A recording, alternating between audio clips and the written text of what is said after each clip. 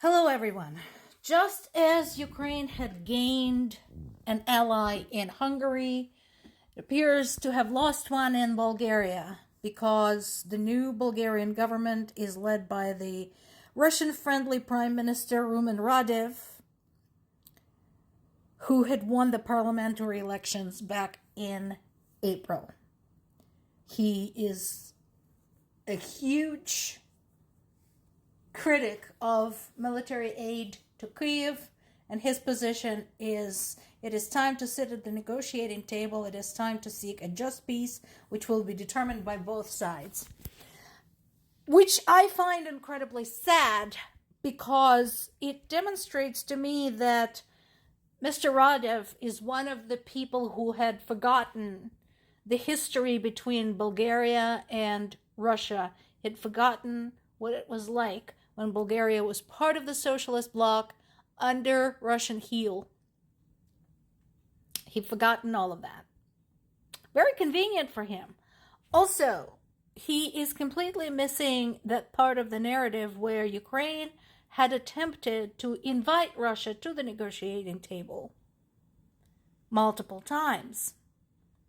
And Russia refused because all they would accept is a capitulation.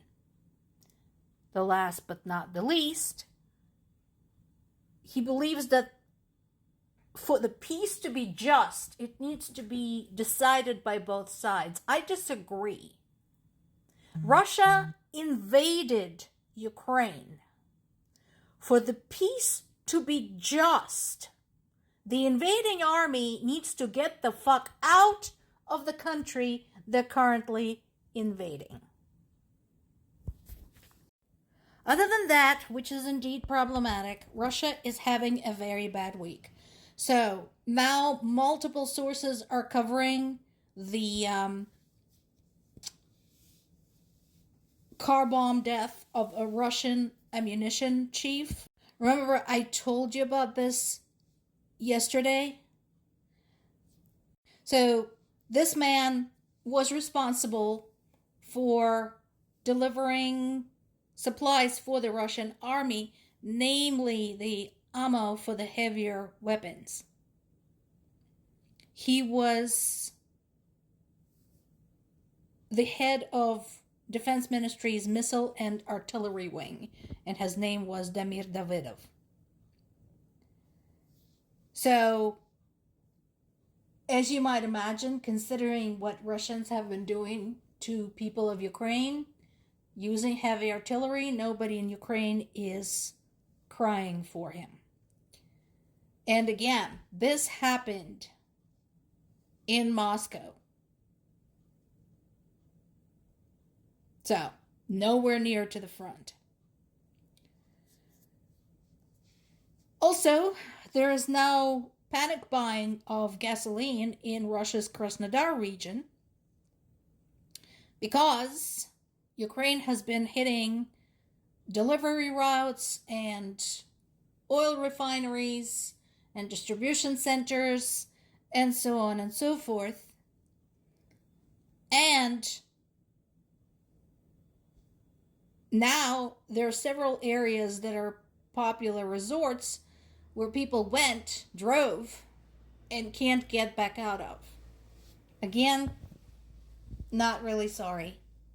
Case in point, there's been another strike on a gas pipeline in the Rostov region. That's one of Russia's border regions that are routinely used to send troops into Ukraine, send supplies for the troops in Ukraine, launch drones, launch airplanes carrying guided bombs, and so on and so forth. There was another attack in the city of Novokuybashevsk in the Samara region. Now, this is quite a ways from Ukraine. This is like almost 1,000 miles away. That is a long way. And again, the oil refinery in the region is run by Russia's state oil company called Rosneft. So, yep, that is a valid military target. Tough shit.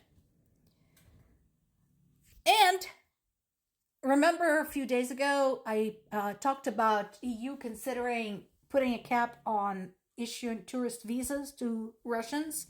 Well, another initiative going on is banning Russian soldiers from entering EU member states as part of ongoing sanctions by the EU against Russia, and I think it is a fantastic idea. Again, this is hitting them where it hurts, because here's another thing. This is a very popular sport among Russians, and I know this because, again, I see enough videos, I read enough posts. So they like to go abroad, shit all over everybody, telling everybody how awful it is, and then going home and showing everybody the pictures. That is a very popular sport among the Russians. So denying them this ability should have a very interesting effect. And I can't wait until they introduce this, because that's going to be awesome.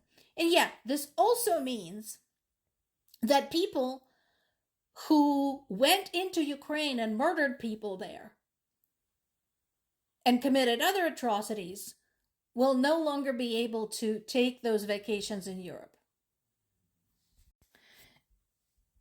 This initiative is part of a larger sanctions program that also includes banks, cryptocurrency companies, and oil revenues. And we talked about the oil revenues. The latest sanctions proposal also includes, for the first time, Russian fish imports, as well as a ban on Russian metals, ores, and car parts. All in all, about 60 million euros worth. I am kind of surprised. Why would anyone in the EU want Russian car parts? Because holy cow, their quality is not something you want anywhere near you, let alone anywhere near a moving vehicle. So I can understand, the challenges with replacing the minerals or replacing the ores, but car parts? Come on, guys, that should be no problem whatsoever. And here's something. When we are talking about the restrictions on metals and alloys that are used in the aerospace and defense industries, why don't you guys talk to Ukraine? Ukraine's got that stuff. Ukraine has rare minerals. Ukraine has rare metals. I know this because I grew up in Zaporizhia, and we had all that shit processed in the factory district. Both my grandfathers worked there. One of them worked at the Zaporizhia steel factory, and the other one worked at the titanium processing factory. Yeah. Work with Ukraine. See what they can do to fill that gap.